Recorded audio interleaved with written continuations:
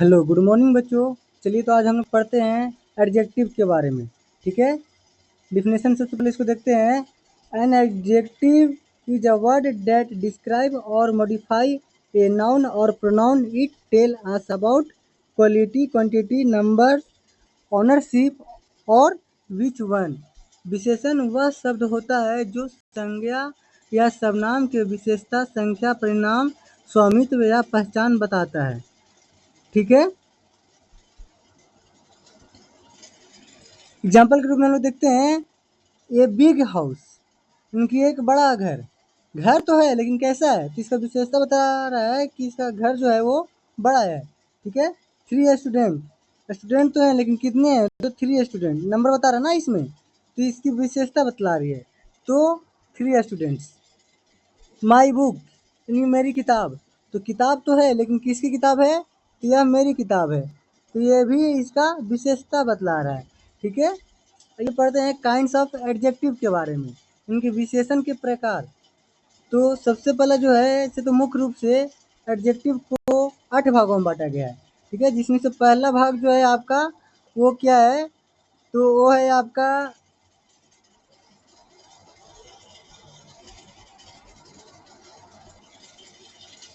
Adjective of quality. First time आपको adjective of quality के बारे में ही पढ़ना है। ठीक है, टेल्स द क्वालिटी और नेचर ऑफ नाउन। कहता है एडजेक्टिव ऑफ क्वालिटी जो है गुणवाचक विशेषण, वह संज्ञा की गुणवत्ता या स्वभाव को दर्शाता है। किसको दर्शाता है, तो गुणवत्ता या फिर स्वभाव को।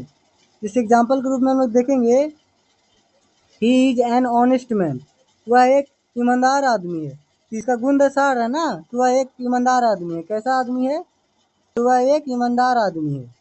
ठीक है, दूसरा देखते हैं, she is a beautiful smile, sorry she has a beautiful smile, उसकी सुंदर मुस्कान, यानी कि उसकी मुस्कान कैसी है, तो सुंदर है। उसके बाद अगर हम लोग देखते हैं, तो नेक्स्ट जो आपको है वो है, it is a big garden, यह एक बड़ा बगीचा है। बगीचा कैसा है, तो बड़ा है। ठीक है, बगीचा कैसा है, तो बगीचा बड़ा बगीचा है। आगे पढ़ते हैं, सेकेंड नंबर पे है आपका एडजेक्टिव ऑफ क्वालिटी, इनकी गुणवाचक विशेषण। ठीक है, ये कहता है टेल्स द क्वालिटी और नेचर ऑफ अ नाउन, संज्ञा की गुणवत्ता या स्वभाव को दर्शाता है। जैसे he is an honest man, वह ईमानदार आदमी है। सी इज अ ब्यूटीफुल स्माइल, इसकी सुंदर मुस्कान, ये भी सेम ही उसी के जैसा है। ठीक है, थर्ड नंबर पे आप लोग पढ़ते हैं, तो थर्ड नंबर पे आपका एडजेक्टिव ऑफ क्वांटिटी, इनकी परिमाणवाचक विशेषण।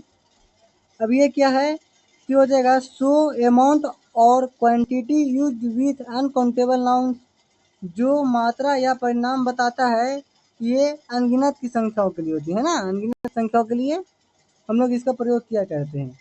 जैसे एग्जाम्पल में हो जाता है, आई हैव सम वाटर, मेरे पास थोड़ा पानी है। अब कितना पानी है, पानी को गिन नहीं सकते ना, इसलिए आई हैव सम वाटर, इसका विशेषता बतला रहा है कि थोड़ा पानी है। गिव मी लिटिल शुगर, मुझे थोड़ी चीनी दे दो, है ना, तो मुझे थोड़ी चीनी दो, तो ये इसकी गुणवत्ता को बता रहा है, कितना चीनी चाहिए, तो थोड़ा चीनी चाहिए। ही हैज मच वर्क, उसके पास बहुत काम है। ठीक है, तो ये इसकी गुणवत्ता को दर्शा रहा है, इसकी गुणवत्ता को बता रहा है। हम लोग आगे की ओर पढ़ते हैं। आगे आपका हो गया, वो पढ़ना है आपको डेमोन्स्ट्रेटिव एडजेक्टिव के बारे में, संकेत वाचक विशेषण के बारे में। कहता है points out which noun is being talk about, है ना, इनकी संज्ञा की ओर जो संकेत करता है उससे हम लोग संकेतवाचक विशेषण करते हैं। जैसे मैं एग्जांपल के रूप में आप देखते हो, एग्जांपल हो गया दिस कार इज न्यू, यह कार नई है, तो संकेत कर रहा है ना यह कार के बारे में कि नया कार है। That girl is my sister, वह लड़की मेरी बहन है। ठीक है, दोज फ्लावर आर ब्यूटीफुल, वे फूल सुंदर हैं। आगे हम लोग पढ़ते हैं पोसेसिव एडजेक्टिव के बारे में, इनकी स्वामित्व वाचक विशेषण के बारे में। किसके बारे में हम लोग पढ़ेंगे, तो हम लोग पढ़ेंगे आगे स्वामित्व वाचक विशेषण के बारे में।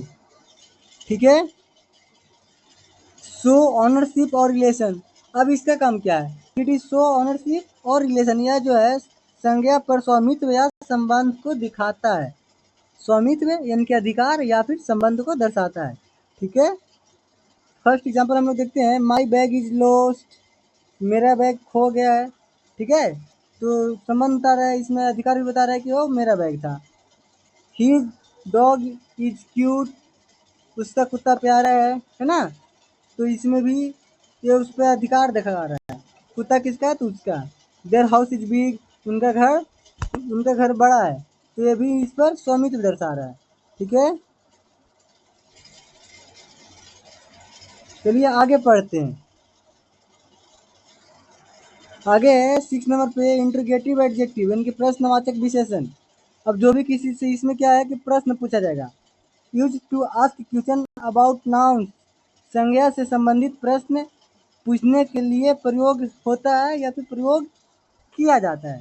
ठीक है, एग्जाम्पल के रूप में हम लोग देखेंगे, which book do you want, तुम्हें कौन सी किताब चाहिए, है ना, तुम्हें कौन सी किताब चाहिए। आगे हम लोग देखेंगे, हुज पेन इज दिस, यह किसका पेन है, यह किसका पेन है। ठीक है, उसके बाद what movie are you watching, तुम कौन सी फिल्म देख रहे हो। ठीक है, तो ये प्रश्न इसमें पूछा जा रहा है ना कि तुम क्या कर रहे हो, किसका है, वह किसका है, तो इसमें प्रश्न पूछा जा रहा है। ठीक है, आगे हम लोग पढ़ेंगे वो है आपका डिस्ट्रीब्यूटिव एडजेक्टिव के बारे में। ठीक है, इनकी व्यक्तिवाचक विशेषण। कहता है it is refers to individuals member of group, यह जो है वो व्यक्तिवाचक विशेषण समूह के प्रत्येक सदस्य को अलग अलग दर्शाता है ना, समूह के प्रत्येक सदस्य को अलग अलग शो करता है, दर्शाता है। कहता है एग्जाम्पल के रूप में देखते हैं, each student must bring a pen, प्रत्येक छात्र को पेन लाना चाहिए। ठीक है, आगे देखते हैं, आगे क्या है, एवरी मैन वांट हैप्पीनेस, हर इंसान खुश रहता, खुश खुशी चाहता है, हर इंसान खुशी चाहता है। आगे देखते हैं, बोथ टीम्स प्लेड वेल, दोनों टीमों ने अच्छा खेला। ठीक है, अब हम लोग आगे की ओर पढ़ते हैं। आपका विशेषण के लास्ट है। अब क्या आ गया, लास्ट और आखिरी विशेषण है रिलेटिव एडजेक्टिव यानी कि संबंधवाचक विशेषण। ठीक है, तो संबंधवाचक विशेषण इसका कहता है, it connect one part of sentence to another, relates noun to clause. कहता है वाक्य के भाग को संबंधित करता है और संज्ञा को किसी उपवाक्य से जोड़ता है, यानी कि वैसा विशेषण जो वाक्य के भाग को संबंधित करता है और संज्ञा को किसी उपवाक्य से जोड़ता है। जैसे एग्जाम्पल के रूप में हम लोग देख लेंगे, आगे की ओर हम लोग जब पढ़ेंगे तो कहता है the boy whose book is lost is crying, लड़का जिसका किताब खो गई है रो रहा है ना। तो इसमें क्या है कि सबसे पहले बात तो संबंध को दर्शा रहा है कि वो लड़का उसका किताब खो चुका है। उसके बाद उसका उपवाक्य से जोड़ता है, इनकी जिसका किताब खो चुका है वह रो रहा है।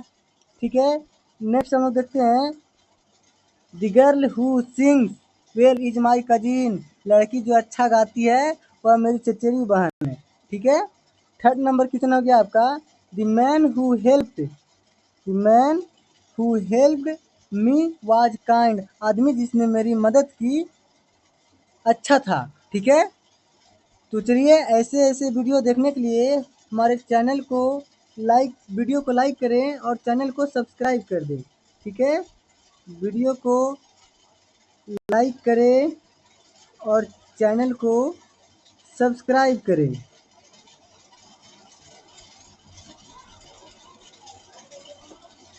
ठीक है, और नए नए वीडियो देखने के लिए इस वीडियो को अपने नए नए दोस्तों तक भेजना ना भूलें। ठीक है, वीडियो देखने के लिए धन्यवाद।